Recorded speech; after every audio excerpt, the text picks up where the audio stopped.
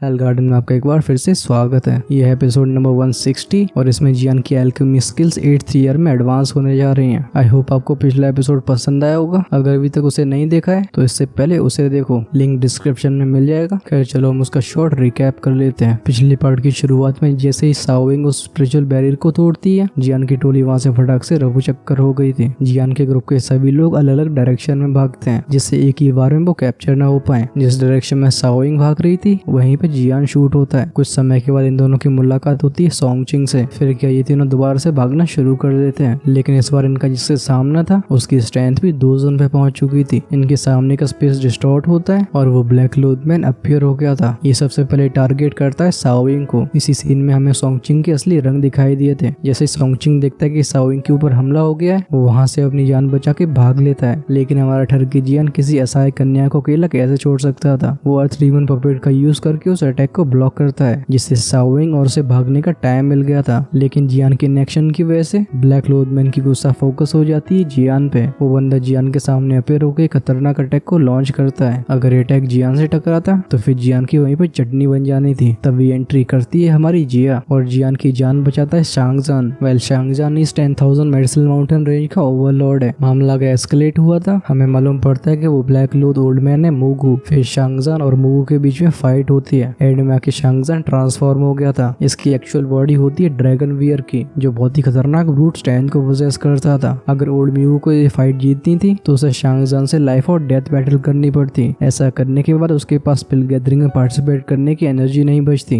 भले ही म्यू चाहे कितनी भी अनविलिंगनेस फील कर रहा हो, लेकिन एंड में वो दांती मीस के चला ही जाता है। खैर वो जाने से पहले जियान को रिमाइंडर दिलाना नहीं भूलता। वो कहता है जियान तुम्हारी लाइफ बस मेरे हाथ से जाएगी। वहीं पे अगर जियान 3000 बर्निंग फ्लेम को ऑब्टेन करके उसे रिफाइन कर लेता है तो उसे इस ओल्ड म्यू से डरने की जरूरत नहीं होगी। जियान कहता है मैं तुम्हारा वेट करूंगा। यहीं से शुरुआत होती है इस एपिसोड की। जब ओल्ड म्यू डिस्टॉर्टेड स्पेस से गायब हो जाता है, जियान फाइनली एक रिलैक्सेशन से भरी सांस लेता है। फाइनली हाल फिलहाल इस ओल्ड डीमन ने जियान का पीछा छोड़ दिया है, लेकिन इसके शब्दों को सुन के ऐसा लगता है जैसे गिव अप करने के मूड में नहीं है। जैसे ये दोनों फ्यूचर में मिलेंगे, इनके बीच में ट्रू लाइफ और डेथ बैटल जरूर इरप्ट होगी। शांगजान जो कि मेटल टावर की तरह खड़ा हुआ था, वो भी ओल्ड म्यू को जाते हुए देख के स्नॉट करता है, जिसके बाद उसकी इनॉर्मस बॉडी बहुत जल्दी श्रिंक होने लगी थी। कुछ ही सेकंड्स के अंदर वो उस भारी भरकम से फॉर्म में वापस आ गया था। जब जियान देखता है कि शांगजान भी अपनी ह्यूमन फॉर्म में आ गया है, तो वो जिया को जल्दी से हग करके नीचे आता है। जिया को नीचे रख के जियान हाथ कप करके बोलता है बिग ब्रदर शांगजान तुम्हारी हेल्प के लिए थैंक यू। ये सुन के जिया का ध्यान जाता है शांगजान की तरफ। वो अपने केनाइन दांत दिखा के उसे धमकाते हुए बोलती है हे बिग फेलो, जियान मेरे एक्सट्रीमली क्लोज है। अगर वो तुमसे बिग ब्रदर बोल रहा है तो इसका मतलब वो तुम्हारे बारे में काफी हाईली सोचता है। और तो और वो एक टियर 8 का एल्केमिस्ट है। अगर वो रैंडमली पिल को रिफाइन करके तुम्हें गिफ्ट के रूप में दे देता है तो वो तुम्हारे लिए बहुत बड़ा रिवॉर्ड बन जाएगा। जिया इस शांगजान के कैरेक्टर को जानती थी। अगर किसी इंसान से फेमिलियर नहीं होता है तो ये शांगजान उसे बिल्कुल इग्नोर करेगा। वो नहीं चाहती थी कि जियान के सामने रूड बिहेव करे। ये सुन के शांगजान स्टार्टर्ड हो गया था। उसकी सरप्राइज से भरी आंखें जियान को देखती हैं। अपने एक्सप्रेशंस को चेंज करके पूछता है टियर 8 का एल्केमिस्ट। भले ही शांगजान की स्ट्रेंथ उस लेवल पे पहुंच गई हो, लेकिन अभी भी उसे टियर 8 के एल्केमिस्ट को पोलाइटली ट्रीट करना होगा। आखिरकार 2 लेवल के वॉरियर्स को जिस लेवल की पिल्स की जरूरत होती है, उन्हें बस टियर 8 के एल्केमिस्ट ही रिफाइन कर सकते हैं। स्ट्रॉन्ग लोगों की दुनिया में बस स्ट्रेंथ की वैल्यू करी जाती है। अगर जियान ट्रू एबिलिटीज को पोजेस नहीं करेगा तो फिर भले ही शांगजान जिया की वजह से नॉर्मल बिहेव करे, लेकिन वो अंदर से तो डिस्डेन ही फील करने वाला है। लेकिन जैसे उसके कानों में जाती है कि जियान टियर 8 का एल्केमिस्ट है, उसका एटीट्यूड फटाक से चेंज हो जाता है। जियान कहता है मैं भी टियर 8 का एल्केमिस्ट नहीं हूँ, अभी मैं सिर्फ टियर 7 हाई लेवल पे पहुंचा हूँ। जियान के फ्रैंक रिप्लाई को सुन के शांगजान दोबारा से स्टन्ड हो गया था। उसके दिल में जियान का एक गुड इंप्रेशन आता है। बाकी के लोग हमेशा अपने आप को बढ़ा चढ़ा के बोलते हैं। अनएक्सपेक्टेड बात है कि जियान जानबूझ के अपने लेवल को रिवील करेगा। इस वजह से शांगजान, जिसका कैरेक्टर एकदम स्ट्रेट फॉरवर्ड था, वो काफी प्लीज्ड फील करता है। जब जियान देखता है कि शांगजान की आंखों में डिस्डेन बिल्कुल नहीं दिख रहा, तो शांगजान को लेके उसका भी एक्सप्रेशन अच्छा हो गया था। वो कहता है वाली मैं टियर 8 हाई लेवल पे हूँ, हाउएवर अभी मैं कुछ इंग्रेडिएंट्स को ढूंढ रहा हूँ। अगर वो मुझे मिल जाते हैं तो मैं टियर 8 पे एडवांस कर लूंगा। जियान हंसते हुए कंटिन्यू करता है अगर मैं टियर 8 पे पहुंच जाता हूँ तो फ्यूचर में अगर बिग ब्रदर शांगजान को कोई जरूरत पड़ती है, आप मेरे पास बिल्कुल आ सकते हो। जब तक मेरी एबिलिटी के अंदर रहता है मैं आपकी हेल्प जरूर करूंगा। इस ऑफर को सुन के शांगजान भी हंसने लगा था। उसकी हंसने की आवाज थंडर की तरह माउंटेन में गूंजती रहती है। वो कहता है हाँ ऑलराइट टियर 8 का एल्केमिस्ट, मैं तुम्हारे इन शब्दों को याद रखूंगा। अगर तुम टियर 8 पे एडवांस हो जाते हो तो फिर ये ओल्ड बियर तुम्हें ढूंढता हुआ जरूर आएगा। जिया जियान के कपड़ों को पकड़ के शांगजान से बोलती है, बिग फेलो रूमर्स के हिसाब से अगर जियान को स्पिल गैदरिंग में पार्टिसिपेट करना है तो उसे कुछ इंग्रेडिएंट्स की जरूरत होगी। खैर तुम्हारे पास यहाँ पे ऑलरेडी बहुत चीजें हैं, चलो चल के उनमें से खोजबीन करते हैं, वैसे यहाँ पे पड़ी पड़ी वो सड़ी जाएंगी। ये कहने के बाद वो शांगजान को इग्नोर करती है। वो जियान को खींच के माउंटेन के ऊपर ले जाने लगी थी। ये सुन के शांगजान अपने मुंह को वाइड कर लेता है, लेकिन वो भी सहा ही कर सकता था। इस छोटी सी ग्रैंड एंड को सर्व करना बहुत मुश्किल है। जिया के साथ ट्रेवल करते करते कुछ ही मिनट्स के अंदर जियान पहुंच गया था स्टोन हॉल के पास। स्टोन हॉल के एंट्रेंस पे दो फियर्स बीस्ट खड़े हुए थे। मोस्ट लाइकली वो यहाँ के गार्ड हैं। जब वो जियान के अनजाने से चेहरे को देखते हैं, अचानक से वो खड़े हो गए थे। उनके मुंह से लो और फ्यूरियस आवाज बाहर आती है। खैर हमारी जिया चौड़ में आगे जाती है, अपने हाथों को वेव करते हुए बोलती है, तुम जाओ साइड में खेलो। जैसे ही कमांड उनके कानों में गई थी, वे दोनों फियर्स भी स्लोली विम्पर करने लगे थे। वो दुम दबा के साइड में चले जाते हैं। वो जिया के अंदर से एक अजीब से प्रेशर को फील कर रहे थे। ये प्रेशर उनकी ब्लड लाइन से ओरिजिनेट होता है। ऐसा होने पे उनके पास कोई रेस्ट करने की एबिलिटी नहीं रह जाती। इस सीन को देख के जियान भी डीप थॉट में चला गया था। इन दोनों मैजिकल बीस्ट की स्ट्रेंथ 7th रैंक पे पहुंच चुकी है। ये उस मिस्टीरियस वाटर टाइगर स्नेक से वीक नहीं थे, जिससे जियान कुछ दिनों पहले मिला है। लेकिन वो जिया के सामने चाय कम पानी लग रहे थे। लगता है इस लड़की का बैकग्राउंड सिंपल नहीं है। खैर वो जिया को लगातार फॉलो करता रहता है। हॉल में एंटर करने के बाद उन्हें कई कॉरिडोर से पास करना पड़ता है। फाइनली वो उस लार्ज हॉल के स्पेशियस स्क्वायर में आ चुके थे। जियान ने अपने पैरों को जस्ट वहाँ पे रखा था, तब एक डेंस मेडिसिनल फ्रेग्रेंस उसके नाक में जाती है। इस वजह से जियान उसी जगह पे वॉलेटली क्विवर होने लगा था। वो अपने सर को ऊपर उठा के सामने देखता है। स्क्वायर पे डेंसली पैक्ड मेडिसिनल इंग्रेडिएंट्स रखे हुए थे। इस मोमेंट में जियान का फेस डल हो गया था। Rising dragon flower heart, red flame fruit, sulphur flame, spiritual saliva. Jian की स्टंट आंखें एक एक मेडिसिनल इंग्रेडिएंट के ऊपर से जाती हैं। आउटसाइड वर्ल्ड में ये आइटम्स बहुत ज्यादा रेयर माने जाते हैं, लेकिन यहाँ पे तो आलू गोभी मटर की तरह रखे हुए थे। एक मोमेंट के लिए पूरी जगह को ध्यान से देखता है। जियान ग्रेजुअली रिकवर होकर एक गहरी सांस लेता है। अपने दिल के शॉक को सप्रेस करके उसकी निगाहें जाती हैं जिया की तरफ। वो कहता है, तुम दोनों 10,000 मेडिसिनल माउंटेन रेंज के सारे मेडिसिनल इंग्रेडिएंट्स यहाँ पे लेके आ गए हो, क्या मैं सही कह रहा हूँ? ये सुन के जिया हंसने लगी थी। वो नोट करके कहती है, इनमें से तुम किसी को भी चूज कर सकते हो, और अगर तुम्हारी इच्छा हो तो तुम इन सबको ले लो। आफ्टर ऑल वो बिग फेलो तो जाने ही वाला है। इन्हें यहाँ पे छोड़ने से बाकियों को भी बेनिफिट करेंगे। जिया के मुंह से आवाज बाहर ही आई थी। तभी शांगजान जो कि उनका पीछा करके हॉल में एंटर कर रहा था, उसके पैर अचानक से कांपने लगते हैं। उसकी फेस मसल्स कई बार ट्विच करती हैं। खैर यहाँ पे जिया सही कह रही थी, वो इस टेरेबल जगह को छोड़ने वाला है। भले ये केस हो, फिर भी इन सभी मेडिसिनल इंग्रेडिएंट्स के बारे में सोच के उसका दिल फटा जा रहा था। शांगजान अपने बड़े बड़े हाथों को तेजी से रब करता है। वो एक फोर्सफुल तरीके से बोलता है, तुम इनमें से जो चाहो वो चूज कर लो, जाने से पहले बस मेरे लिए थोड़े से छोड़ देना। शांगजान के ऐसे एक्सप्रेशंस को देख के जियान हंसने लगा था। वो कहता है, बिग ब्रदर शांगजान, आप सच में जोक करना जानते हो। ये सभी चीजें आपको बिलोंग करती हैं। इनमें से कुछ चीजें अगर मुझे मिल जाती हैं, वो भी मेरे ऊपर आपका एहसान होगा। आखिर मैं इन सभी को कैसे स्नैच कर सकता हूँ? तभी साइड में जिया की आवाज आती है। वो कहती है, डैम डैम, ये उसने ऑलरेडी कहा है कि उसे बस थोड़े से ही चाहिए, है ना? मैंने सही कहा? ये कह के वो शांगजान की तरफ देखती है। उसकी उन बड़ी बड़ी आंखों में पर्पल ग्लो फ्लैश होता है। वो पर्पल ग्लो नॉर्मल से अलग था। एट अ ग्लैंस एक ड्रैगन की शेप बना रहा था। इस ड्रैगन शेप पर्पल ग्लो को देख के शांगजान की वो बड़ी सी बॉडी ट्रेम्बल होने लगी थी। एक प्रेशर जो कि उसकी ब्लड लाइन से ओरिजिनेट हो रहा था, उसकी वजह से उसका खून खोलने लगता है। शांगजान की आंखों में शॉक्ड एक्सप्रेशन फ्लैश होता है। वो कहता है,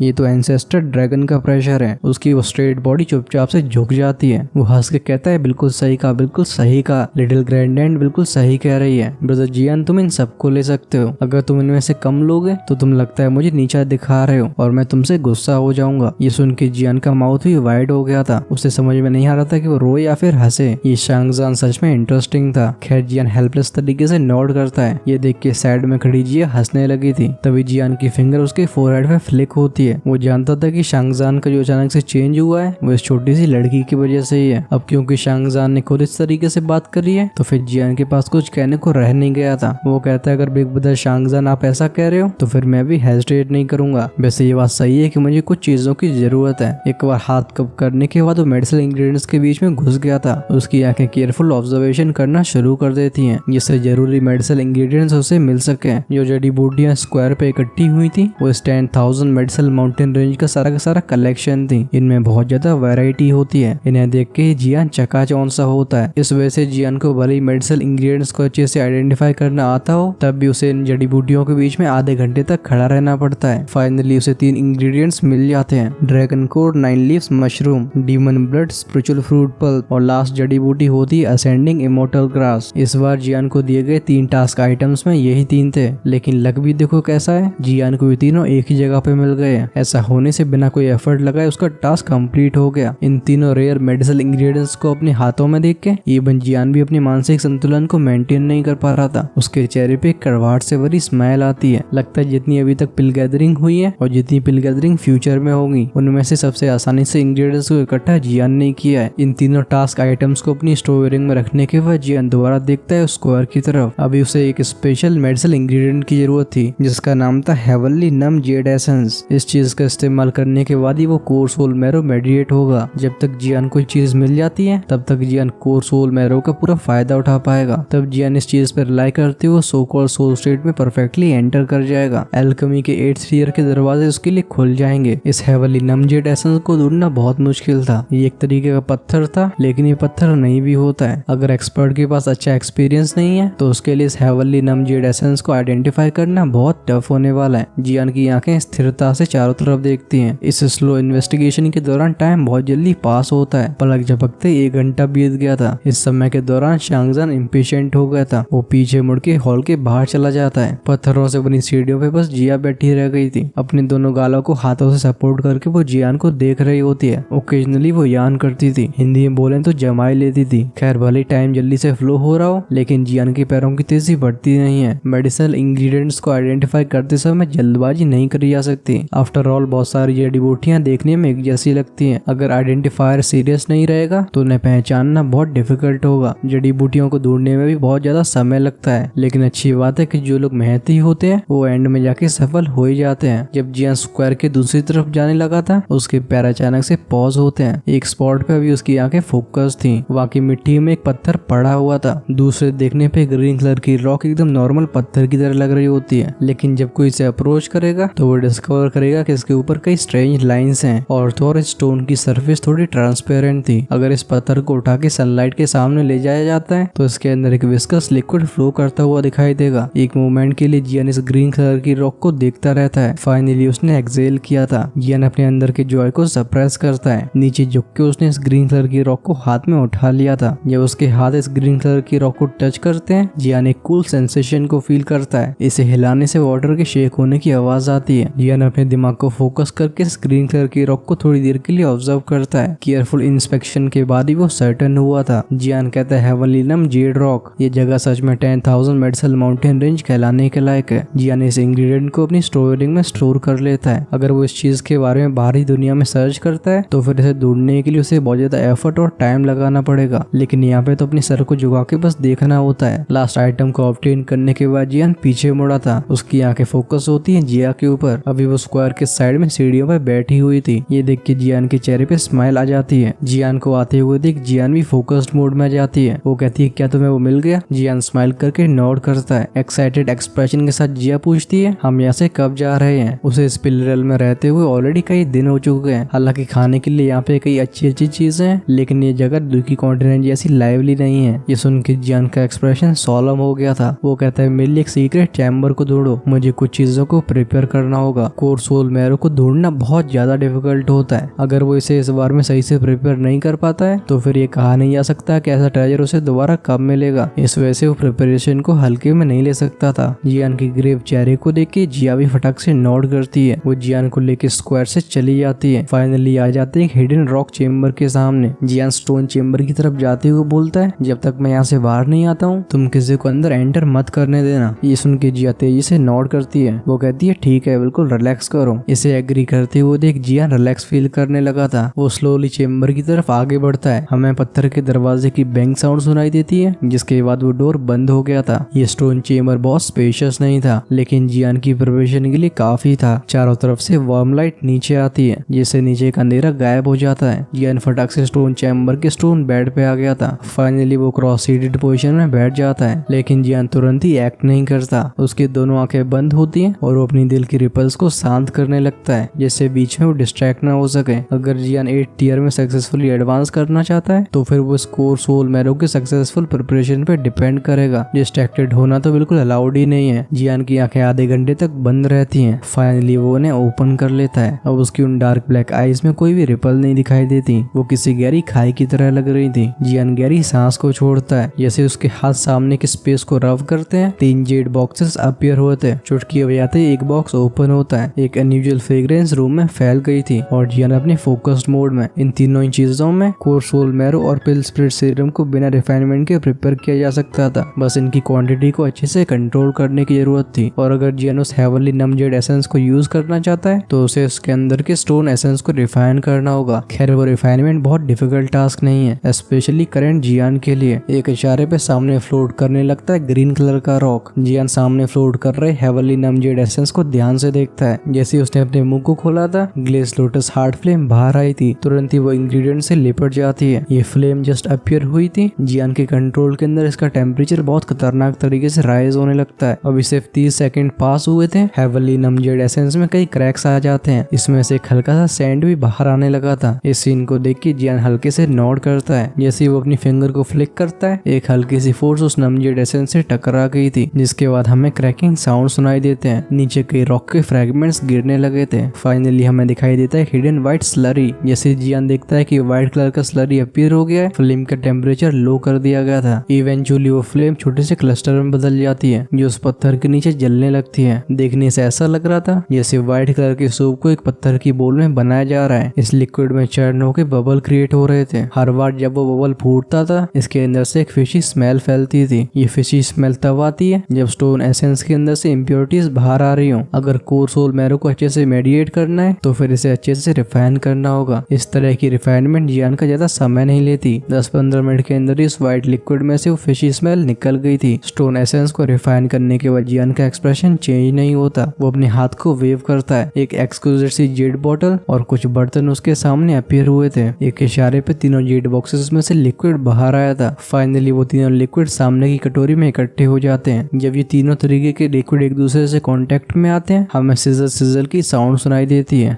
ऐसा लग रहा था एक दूसरे के जानी दुश्मन है। इमीडिएटली एक दूसरे को इरोड करने की कोशिश करने लगते हैं। इनकी सरफेस पे छोटे छोटे बबल्स क्रिएट हो रहे थे। जब ये तीनों लिक्विड्स एक दूसरे को इरोड करने की कोशिश कर रहे होते हैं जियान की नजर इनके ऊपर से बिल्कुल नहीं हटती। एक मोमेंट के बाद पिल सोल सीरम और स्टोन एसेंस पूरी तरीके से बिखर जाते हैं। बस बचा रह जाता है कोर सोल मैरो। इस सीन को देख के जियान अपने सिर को हिलाता है। वो कहता है कोर सोल मैरो की वॉल्यूम बढ़ गई है। जिस तरीके के इंस्ट्रक्शन इसके मेडिसिन फॉर्मूले में लिखे हुए हैं, जब कोर सोल मैरो पूरी तरीके से रिफाइन हो जाएगा इसका रंग जेड ग्रीन होगा। लेकिन अभी जो लिक्विड रिफाइन हुआ है उसका रंग एक तरीके से मोटर्ड है, बेसिकली कुछ ब्राउनिश सा होता है जिसमें कई पैचेस और धब्बे होते हैं। क्लियरली ये प्रोडक्ट फेल हो चुका है। लेकिन पहले फेलियर की वजह से जियान निराश नहीं होता। अगर वो पहले ट्राई में सक्सेसफुल हो जाता तो फिर उसका लक तो कुछ ज्यादा ही अच्छा होता। फिर भी जियान के दिल में दर्द तो हो रहा था। ये कोर सोल मैरो बहुत ज्यादा प्रीशियस है। अगर वो कुछ और बार फेल हो जाता है तो फिर उसके दिल से खून बहने लगेगा। आगे जो हुआ उसमें भी कुछ बड़ा बदलाव नहीं आया। आगे की रिफाइनिंग में जियान इन तीनों के कंसंट्रेशन में फोकस करता है। अगर इन तीनों मिक्सचर में कुछ भी ज्यादा या फिर कम होता है इनके बीच का इक्विलिब्रियम ब्रेक हो जाएगा। फाइनली हम उसे फेलियर बोलेंगे। इस वजह से रिफाइनिंग के दौरान जब फेलियर होता है तब भी दिल में कोई फ्लक्चुएशंस क्रिएट नहीं होनी चाहिए। जियान इन तीनों ट्रेजर्स को मेडिएट करने में 11 बार फेल हो चुका है। इन 11 फेलियर्स की वजह से उसके 1/3 हिस्से के इंग्रेडिएंट्स खत्म हो गए हैं। भले ये प्राइस काफी महंगी हो लेकिन जियान का चेहरा किसी इमोशन को शो नहीं कर रहा था। उसकी प्रिपरेशन मेथड की अंडरस्टैंडिंग और भी बढ़ती जाती है। अब जब जियान इन तीनों की क्वांटिटी का इंक्रीजमेंट या फिर रिडक्शन करता था उसके एक्शंस में बिल्कुल हेजिटेशन नहीं होता। जियान का भी रिफाइनमेंट लेवल ऑलरेडी वहां तक पहुंच चुका है जब सेम जनरेशन में उसे सरपास करने वाले लोग बहुत कम रह गए। नेचुरली वो ऐसे फेलियर की वजह से डिस्ट्रैक्टेड नहीं होगा। आफ्टर ऑल अगर जियान इस प्रिपरेशन में भी इंड्योर नहीं कर पाता तो फिर वो पिल गैदरिंग के एक्सपर्ट से कैसे कम्पीट करेगा। उसकी आंखें जेड बोल को ध्यान से देखती हैं। उसकी उंगली के ऊपर 3 तरीके के लिक्विड्स इकट्ठे थे। जैसे ही जेड की बोल में लिक्विड की क्वांटिटी कम हुआ करती थी जियान फटाक से थोड़े से लिक्विड को ऐड कर दिया करता था जिससे उसका इक्विलिब्रियम लगातार मेंटेन रहे। इतने सारे फेलियर के बाद जेड बोल के अंदर का लिक्विड भी क्लियर होता जा रहा था। इस मिक्सचर में से एक हल्की सी फ्रेग्रेंस भी बाहर आती है। जब ये सैंड उसकी नाक में गया था फाइनली जियान की उन आंखों में रिपल शो होती है जो कि काफी समय से इमोशनलेस है। उसकी उंगली हल्के से ट्रेम्बल होती है। स्टोन एसेंस की एक बूंद नीचे ड्रॉप हो गई थी। हमें सिजल की साउंड सुनाई देती है। जैसे स्टोन एसेंस की बूंद नीचे गिरी थी जेड बोल में से व्हाइट स्मोक बाहर आता है। जब उस छोटी सी बोल में से स्मोक क्लियर होता है हमें दिखाई देता है जेड जैसा विस्कस लिक्विड जो लाइफ के ऑरे से भरा हुआ होता है। जेड बोल में मौजूद लिक्विड के कलर को देख के जियान फाइनली रिलैक्स फील करने लगा था। जिसके बाद वो एक जेड बोतल को बाहर निकालता है। जेड बोल में मौजूद स्लरी को उसमें सेव कर लिया गया था। ऑफ कोर्स कोर्स अगर जियान चाहता था कि उसकी सोल ट्रांसफॉर्म हो तो ये थोड़ा सा कोर सोल मैरो उसके लिए काफी नहीं होगा, लेकिन पहली सक्सेस के बाद बाकी के स्टेप्स आसान हो जाएंगे। अगले घंटे के अंदर जियान के पास जो तीनों ट्रेजर्स थे उनका 2/3 हिस्सा ऑलरेडी रिफाइन कर लिया जाता है। जब जेड कलर के लिक्विड से भरी बोतल को जियान देखता है, फाइनली उसकी आंखों में प्लीज एक्सप्रेशन फ्लैश होता है। हालांकि वो कई बार फेल हुआ है, लेकिन जो अमाउंट उसके सामने अभी मौजूद है वो उसकी जरूरत से ज्यादा ही था। जियान उस जेड बोतल को हाथ में पकड़ता है। वो कहता है अब आगे आने वाली चीज बहुत इंपॉर्टेंट होने वाली है। उसने एक ठंडी सी सांस भरी थी। अगर उसकी सोल ट्रांसफॉर्मेशन सक्सेसफुल रहती है तो वो पिल गैदरिंग के शुरू होने से पहले 8 टियर पे एडवांस हो जाएगा। उस समय जियान के पास वो ट्रू क्वालिफिकेशंस और एबिलिटीज होंगी जिन पर रिलाई करते हुए जियान चैंपियन स्पॉट को टारगेट कर सकता है। उसकी आंखों में एक फियर्सनेस फ्लैश हुई थी। वो कहता है अगर मुझे 3000 बर्निंग फ्लेम चाहिए तो फिर सक्सेस के अलावा मेरे पास विकल्प नहीं बचा। ये जेड बोतल ऊपर उठती है। इसके अंदर का लिक्विड जियान के मुंह में चला गया था। जियान अपने सर को ऊपर करता है। गलगल करते हुए आधा लिक्विड उसके गले के नीचे चला गया था। इस कोर सोल मैरो ने उसकी बॉडी से जस्ट कांटेक्ट ही किया था। अचानक से जियान के सर में बजिंग साउंड सुनाई देती है। उसकी आईब्राउज के बीच में जो स्पिरिचुअल स्ट्रेंथ एग्जिस्ट कर रही थी, ऐसा लगता है जैसे उसे कोई कैटलिस्ट दिखाई दे गया है। वो स्पिरिचुअल स्ट्रेंथ एकदम स्वेल होने लगती है। स्पिरिचुअल स्ट्रेंथ इतनी खतरनाक तरीके से अपने आकार को बढ़ा रही थी। उसकी आईब्राउज के बीच में एक इंटेंस पेन ट्रांसमिट होता है। ऐसा लग रहा था कि इस मोमेंट में उसका दिमाग फट जाएगा। इस अनएक्सपेक्टेड चेंज की वजह से जियान भी सरप्राइज फील कर रहा था, लेकिन इस समय उसके पास रेकलेस होने का ऑप्शन नहीं था। वो अपने दिमाग को फोर्सफुली स्टेबलाइज करके बॉडी में हो रहे चेंजेस पे फोकस करता है। जैसे ही वो कोर सोल मैरो उसकी बॉडी में एंटर हुआ था, एक हॉट फ्लो में ट्रांसफॉर्म होकर उसकी बॉडी में फैलने लगता है। जैसे ही हेवली फ्लेम इसे वेपराइज करती है, wave after wave deep green smoke बाहर आने लगा था। बेसिकली स्मोक उसकी आईब्राउज के बीच में फोकस हो रहा था। फाइनली ये वहाँ की स्पिरिचुअल स्ट्रेंथ से मिक्स हो जाता है। जैसे स्मोक और स्पिरिचुअल स्ट्रेंथ का मिक्सचर क्रिएट होता है, जियान सेंस करता है कि एक पावरफुल और टेरिफाइंग एनर्जी उसकी सोल के साथ मिल रही है। एट द सेम टाइम उसकी सोल की स्ट्रेंथ को देख के ऐसा लग रहा था जैसे उसे कोई टॉनिक मिल गया है। ये अचानक से बहुत ही खतरनाक रेट से स्ट्रेंथन होने लगती है। जैसे जैसे उसकी स्पिरिचुअल स्ट्रेंथ और भी पावरफुल होती जा रही थी, जियान के आईब्राउज के बीच का पेन और भी इंटेंस होता जा रहा था। उसने एक्सपेक्ट नहीं किया था कि कोर सोल मैरो इतनी पावरफुल स्ट्रेंथनिंग इफेक्ट को रखेगा। खैर उस इंटेंस पेन के सामने जियान भी हेल्पलेस था। वो बस अपने सोल के ग्रो होने पर ही फोकस कर पा रहा था। देखते देखते और ग्रीन कलर का स्मोक ऊपर आता है। जियान की सोल और भी तेजी से स्ट्रेंथन होने लगती है। इस समय जियान को सच में आ गया था कि माइग्रेन क्या होता है। उसके सर के दोनों साइड के टेम्पल्स में थ्रॉबिंग पेन हो रहा था। ऐसा लग रहा था जैसे वहां पे कोई ड्रम बीट कर रहा है। उसकी सोल इतनी ज्यादा स्ट्रांग हो चुकी थी कि अब वो जियान के इंड्योर करने के थ्रेशोल्ड से ऊपर चली गई थी। इस वजह से अब जियान और भी नहीं सह पाता। उसके माइंड में से एक इंटेंस पेनफुल एक्सप्लोजन एमिट होता है। जियान का माइंड इस तरीके से ब्लास्ट हुआ था कि वो एक मोमेंट के लिए तो डिजी हो गया था। उसकी आंखों के सामने बस गोल्डन लाइट दिखाई देती है। वहीं पे उसका माइंड एकदम केओस में था। इस तरह की सिचुएशन काफी लंबे समय तक कंटिन्यू रहती है। काफी देर बाद वो ग्रेजुअली सबसाइड होने लगी थी। जब तक जियान अपनी कॉन्शियसनेस को रिकवर कर पाया था, उसके दिमाग में हो रहा इंटेंस पेन भी थोड़ा कम हो जाता है। वो हल्के से सेंस करता है कि उसकी सोल पहले से कई गुना स्ट्रांग हो चुकी है। हाउएवर जियान जानता था कि अभी उसकी सोल ने सो कॉल्ड सोल स्टेट में एडवांस नहीं किया है। इस चीज को सेंस करके जियान स्टार्टल्ड हो गया था। वो कहता है कोर सोल मैरो अब कोई इफेक्ट नहीं कर रहा। रिगार्डलेस किसी की स्पिरिचुअल स्ट्रेंथ चाहे कितनी भी स्ट्रांग हो, लेकिन अपने आप ही सोल स्टेट में एडवांस करना इम्पॉसिबल सा है। और जब तक किसी की सोल स्टेट तक नहीं पहुंचती, तब तक वो कभी भी जेन्युइन 8th ईयर की मेडिसिन बिल को रिफाइन नहीं कर पाएगा। जस्ट जियान इसकी वजह से स्टंड हो गया था। अचानक से कोई चीज सराउंडिंग नेचुरल एनर्जी को खींचने लगती है। जब ये एनर्जी फ्लक्चुएट होती है तो कई हल्के हल्के से फ्लो के थ्रेड्स, जिनका जियान के ऊपर बहुत गहरा इंप्रेशन है, वो स्पेस से चुपचाप से बाहर आते हैं। ये चारों डायरेक्शन से जियान की आईब्रोज के बीच में घुसने लगे थे। इस मोमेंट में जियान ने फाइनली डिस्कवर किया था कि वो स्ट्रेंज अट्रैक्शन फोर्स उसकी आईब्रोज के बीच में से एमिट हो रही है। इन फ्लोज को सेंस करके जियान फाइनली रिलैक्स फील करता है। उसकी सारी होप्स इस सोल ट्रांसफॉर्मेशन पे टिकी हुई थी। सिर्फ स्पिरिचुअल स्ट्रेंथ का स्ट्रेंथन होना ये जियान के लिए सफिशिएंट नहीं था। स्पिरिचुअल ऑरा जियान की आईब्रोज में लगातार एंटर करता है। फाइनली आईब्रोज के बीच में जो सोल थी, ये स्पिरिचुअल ऑरा उसमें मर्ज होने लगा था। इस मर्जर के दौरान जियान को ऐसा लग रहा था जैसे उसकी सोल किसी स्पिरिचुअल ऑरे के पूल में है। हर डायरेक्शन से बॉर्न स्पिरिचुअल स्ट्रेंथ उसकी सोल में ऐड हो रही थी। ऐसी कंफर्टेबल फीलिंग उसने शायद ही कभी फील करी हो। खैर जिस हिसाब से स्पिरिचुअल ऑरा उसकी आईब्रोज के बीच में एंटर हो रहा था, वो जियान को सोल स्टेट में ब्रेक थ्रू करवाने के लिए काफी नहीं था। इस वजह से जैसे इस तरीके का अब्जॉर्प्शन 1 घंटे तक चलता रहता है, जियान के आईब्रोज के बीच की सक्शन फोर्स और भी इंटेंस हो जाती है। एंड में जाके एक इनविजिबल रिपल फैलती है। फाइनली स्टोन चेम्बर से बाहर जाके आसमान की तरफ शूट हो गई थी। ऊपर के क्लाउड्स भी बिखर जाते हैं। जैसे ये रिपल बिखरी थी, इस माउंटेन रेंज का एटमॉस्फेयर एकदम बॉइलिंग हॉट हो जाता है। यहाँ की एनर्जी बहुत ही वायलेंट हो गई थी। आसमान के इस वॉलेंट मूवमेंट की वजह से सभी मैजिकल बीस्ट का ध्यान यहाँ पे चला जाता है, लेकिन वो मिस्टीरियस स्पिरिचुअल ऑरा का फ्लो उनके लिए थोड़ा इल्यूजनरी था। अगर कुछ हाई लेवल के मैजिकल बीस्ट को छोड़ दिया जाए जो इसे हल्के से सेंस कर पा रहे थे, बाकी के मैजिकल बीस्ट को समझ में नहीं आता कि सराउंडिंग में क्या हो रहा है, वो कुछ भी अनयूजुअल सेंस नहीं कर पा रहे थे। हमारा ध्यान जाता है शंगजान की तरफ जो कि स्टोन हॉल के सामने बैठा हुआ था। इस अचानक से हुए अनएक्सपेक्टेड चेंज की वजह से वो भी स्टार्टल्ड हो जाता है। उसकी नजरें पॉज होती है स्टोन हॉल के अंदर डीप चेम्बर पे जहाँ पे जियान रिट्रीट में गया हुआ था। शंगजान की आंखों में एक शॉक्ड एक्सप्रेशन फ्लैश होता है। शंगजान की आंखें फ्लिकर होने लगी थी। वो कहता है ये स्पिरिचुअल ऑरा है। हाँ, रूमर के हिसाब से इस तरीके की चीज को बस वो एल्केमिस्ट अब्सॉर्ब कर सकते हैं जो 8th ईयर पे एडवांस होने वाले हों। भले ही शंगजान एक मैजिकल बीस्ट हो, लेकिन वो बहुत ही परसेप्टिव था। आखिरकार ये पिल रियल्म पिल टावर का बेस कैंप माना जा सकता है। पिल रियल्म की डिक्लाइन होने की वजह से पिल टावर को बाहर जाना पड़ा। शंगजान खुद से सॉफ्ट आवाज में बोलता है, अनएक्सपेक्टेड बात है कि जियान ने मुझसे झूठ नहीं बोला, वो सच में बहुत जल्दी 8th ईयर में एडवांस होने वाला है। वो तुरंत ही नोट करता है अगर जियान सच में टियर 8 में एडवांस हो जाता है तो फिर सच में उसे जियान की जरूरत पड़ने वाली है। अगर हम सारे के सारे द्वीप की कॉन्टिनेंट की बात भी करें तब भी टियर 8 के एल्केमिस्ट बहुत कम है। जब ये थॉट उसके दिमाग में फ्लैश हो रहा था, शंगजान अचानक से खड़ा होता है। उसका रोर पूरे माउंटेन रेंज में गूंजता है। वो कहता है सारे के सारे बैटस्टर्स जल्दी सुनो, यहाँ के 50 किलोमीटर के दायरे में कोई भी एंटर नहीं करना चाहिए। जब ये ऑर्डर 10,000 मेडिसिन माउंटेन रेंज के मैजिकल बीस्ट के कानों में जाता है, इनके बीच में अप्रोर क्रिएट हो गया था। लो डीप रोर्स लगातार सुनाई देते हैं। जो कंपेटिटर्स माउंटेन रेंज में एंटर कर रहे थे, इन रोर्स की वजह से उन्हें तुरंत ही वापस लौटना पड़ता है। खैर आउटसाइड वर्ल्ड में क्या हो रहा है जियान को इसके बारे में पता नहीं था। इस समय वो डेंस स्पिरिचुअल ऑरा में नहा रहा होता है। उस कंफर्टेबल सोल डीप फीलिंग की वजह से ऐसा लग रहा था जैसे वो अभी ड्रंक हो चुका है। जियान की ऐसी कंफर्टेबल फीलिंग से बाहर आने की इच्छा नहीं हो रही थी। इनॉर्मस अमाउंट की स्पिरिचुअल ऑरा के एंट्रेंस की वजह से उसके आईब्रोज के बीच में एक ड्रास्टिक चेंज हो रहा था। सोल एक तरीके की इल्यूजनरी चीज है जिसे डिस्क्राइब करना थोड़ा मुश्किल होता है। ये मिस्टीरियस चीज लाइफ की फाउंडेशन होती है। अगर हम नॉर्मल तरीके से बात करें तो जियान के टियर के एल्केमिस्ट की सोल भी काफी इल्यूजनरी होती थी, लेकिन जब भी सोल उनकी बॉडी से बाहर निकल जाती है तो रियल बॉडी की बिना किसी हेल्प से कई काम कर सकती हैं। हाउएवर जो अभी चेंज हुए हैं उनकी वजह से जियान के आईब्रोज के बीच की स्पिरिचुअल स्ट्रेंथ पहले की तरह खाली खाली सी नहीं मालूम पड़ती। अब ये काइंड ऑफ सब्सटेंस के फॉर्म में आ चुकी है। ओकेजनली हार्ट बीट की तरह जियान इसके अंदर से एक पल्स को फील करता था, शायद ये स्पिरिचुअल ऑरा की वजह से, लेकिन अभी उसके आईब्रोज के बीच की सोल पहले से ज्यादा स्पिरिचुअल ऑरा को पोजेस करती थी। लगातार स्पिरिचुअल ऑरा के एंटर करने की वजह से उसकी सोल लगातार विगल होती है, पर फिर भी न जाने क्यों जियान को ऐसा लग रहा था जैसे इस प्रोसेस में किसी चीज की कमी है। काफी देर तक सोचने के बाद जियान को कुछ समझ में नहीं आया था। एंड में जाके उसे गिव अप ही करना पड़ता है। आईब्रोज के बीच में से इमिट हुई रिपल की वजह से आसमान से स्पिरिचुअल ऑरा का डेंस अमाउंट नीचे खींचा जाता है। फाइनली एंटर कर जाता है स्टोन चैम्बर में। स्पिरिचुअल ऑरा के एंटर होने के बाद ये खाली सा चैम्बर एक बार फिर लाइफ फोर्स से भर जाता है, लेकिन स्पिरिचुअल ऑरा के इस बढ़ते अमाउंट की वजह से जियान का एक्सप्रेशन ग्रेजुअली अगली होते जा रहे थे। वो डिस्कवर करता है कि भले यहाँ पे बहुत सारा स्पिरिचुअल ऑरा इकट्ठा हो रहा हो, लेकिन उसके आईब्रोज के बीच की सोल लगातार पहले की तरह विगल कर रही थी। ऐसा लग रहा था जैसे वो आखिरी कदम को आगे नहीं ले पा रही। जियान की आईब्रोज निट हो जाती है। वो जानता था कि अगर वो इस लास्ट स्टेप को नहीं ले पाता तो फिर वो कभी भी 8th ईयर में एंटर नहीं कर पाएगा। जियान कहता है आखिर क्या मिसिंग है। उसके दिमाग में कई थॉट्स फ्लैश होते हैं। इस समय उसकी सोल किसी ककून की तरह लग रही थी जिसे आगे बढ़ने के लिए एक डायरेक्शन की जरूरत है। ऐसा करने से वो फाइनली अपनी ट्रांसफॉर्मेशन को कंप्लीट कर लेगी। जब वो काफी डीप थिंकिंग में था, जियान के दिमाग में एक थॉट फ्लैश होता है। वो कहता है डायरेक्शन। अब मुझे याद आया, इसकी डायरेक्शन के लिए मेरे पास कोई स्पिरिचुअल ट्रेनिंग मेथड नहीं है। इस पॉइंट को कॉम्प्रिहेंड करने के बाद जियान के चेहरे पे थोड़ी रिलीफ आ गई थी, लेकिन बहुत ही जल्दी वो फिर से चिंता में आ जाता है। स्पिरिचुअल ट्रेनिंग मेथड, उसके पास तो बस सबसे बेसिक फॉर्मूला है। कहीं ना कहीं वो अपने दिमाग में बहुत अनसर्टेन फील कर रहा था। जियान कहता है वो वर्ड फॉर्मूला क्या उसको इस्तेमाल करना सही होगा, लेकिन इस समय उसके पास कोई दूसरा मेथड बचा नहीं रह गया था। अब समय आ गया अपने दिमाग को फोकस करने का। ऐसा करने के बाद जियान के मुंह से वो वर्ड फॉर्मूला बाहर आने लगता है। The limit of the soul shed the heavenly spirit absorb the spirit forge the soul. जब वो अंदर ही अंदर इस स्पिरिचुअल फॉर्मूले को दोहरा रहा था, अचानक से उसके आईब्रोज के बीच की सोल की विगलिंग और भी बढ़ जाती है। इस प्रोसेस के दौरान ऐसा लग रहा था जैसे कुछ फॉर्म हो रहा है। टाइम पानी की तरह फ्लो करता रहता है। पलक झपकते ही जियान को इस चेम्बर में एंटर करे 8 दिन हो गए थे। वो पहले वाला अनयूजुअल फिनोमेना कंप्लीटली डिसअपियर हो गया था। स्टोन चेम्बर पहले की तरह क्वाइट हो जाता है। स्टोन चेम्बर के आउटसाइड जिया बैठी हुई थी। एक हाथ से वो अपने गाल को सपोर्ट कर रही थी और काफी बोर तरीके से उसकी आंखें चारों तरफ डोलती हैं। पिछले कुछ दिन उसके लिए काफी टेरेबल रहे हैं। जिया ग्राउंड में छोटे छोटे सर्कल्स को बनाती हुई बोलती है, आखिर अभी तक वो प्रोसेस कंप्लीट क्यों नहीं हो पाया? क्या उसे पता नहीं है कि पिल रियल्म बंद होने जा रहा है? जस्ट जिया के मुंह से बड़बड़ाने की आवाज बाहर आई थी। स्टोन चेम्बर के अंदर से एक बहुत ही खतरनाक बैंग का साउंड आता है। इमीडिएटली जो उसकी सीलिंग थी उसमें कई क्रैक्स आ जाते हैं। अचानक से इनविजिबल लाइट आसमान में गई थी। एक माइटी स्पिरिचुअल स्ट्रेंथ की मॉन्स्टरस वेव बहुत ही तेजी से फैलने लगती है। शांगजान जो कि स्टोन हॉल के बाहर बैठा हुआ था, इस वास्ट माइटी स्पिरिचुअल स्ट्रेंथ को सेंस करके उसका एक्सप्रेशन चेंज हो गया था। उसकी आंखों में शॉक फ्लैश होता है। वो कहता है सक्सेस। खैर इसी सक्सेस की खुशी में लड्डू बंटवाने जा रहा हूँ। इस वजह से हम करते हैं यहीं पे वीडियो को क्लोज। वैसे पिलरियल में टास्क को कंप्लीट करने का टाइम बस 10 दिन का था। 10 दिन के बाद सभी कॉम्पिटिटर्स को बाहर आना पड़ेगा। तो फिर नेक्स्ट पार्ट में जियान इस पिलरियल से बाहर जाने वाला है और शुरुआत होगी मेन इवेंट की। मेन इवेंट काफी लंबा चलने वाला है, जिस वजह से हम सभी को पेशेंस रखना होगा। खैर आपको ये एक्सप्लेनेशन कैसी लगी है फटाफट से कमेंट्स में लिख के बताओ। हम ऑलरेडी करीब 1200 चैप्टर्स पे पहुंचने वाले हैं। इस BTTH की स्टोरी में रह जाएंगे बस 400 चैप्टर्स। मुझे पर्सनली लग रहा है कि हमें काफी स्लोली चलना चाहिए, जिससे हम इस ऑसम स्टोरी को अच्छे से एंजॉय कर सकें। आप इस बारे में क्या सोचते हो कमेंट्स में लिख के बताना। अगेन इसका लाइक टारगेट है 7500 लाइक्स का। If it gets completed by the शाम तो मैं नेक्स्ट एपिसोड देखने को मिल जाएगा। और तुम्हें लाइक 5 टारगेट से मतलब नहीं है, फिर भी नेक्स्ट एपिसोड जल्दी देखना है, तो आप हमारे चैनल की मेंबरशिप को ज्वाइन कर सकते हो। ऐसा करने से आपको आने वाले वीडियोस की अर्ली एक्सेस मिल जाया करेगी, जिससे नेक्स्ट एपिसोड को आप रिलीज टाइम से पहले ही देख पाओगे। और भी कई फायदे हैं, इन सब के बारे में आप ज्वाइन बटन को टैप करके जान सकते हो। ये विकल्प आपको चैनल की होम पेज पे मिल जाएगा। सब्सक्राइब करना भूल गए तो सब्सक्राइब कर लो, सो दैट फ्यूचर में आपको हमारी वीडियोस लगातार मिल सके। आपको लेफ्ट में पिछला एपिसोड शो हो रहा होगा, अगर उसे मिस कर दिया तो वहाँ पे क्लिक करके उसे देख सकते हो। राइट में आपको नेक्स्ट एपिसोड अवेलेबल करवा दिया जाएगा। Do check them out. हमारा मिलना होगा वीडियो के उस पार। तब तक के लिए अपना ध्यान रखो। Tata bye bye.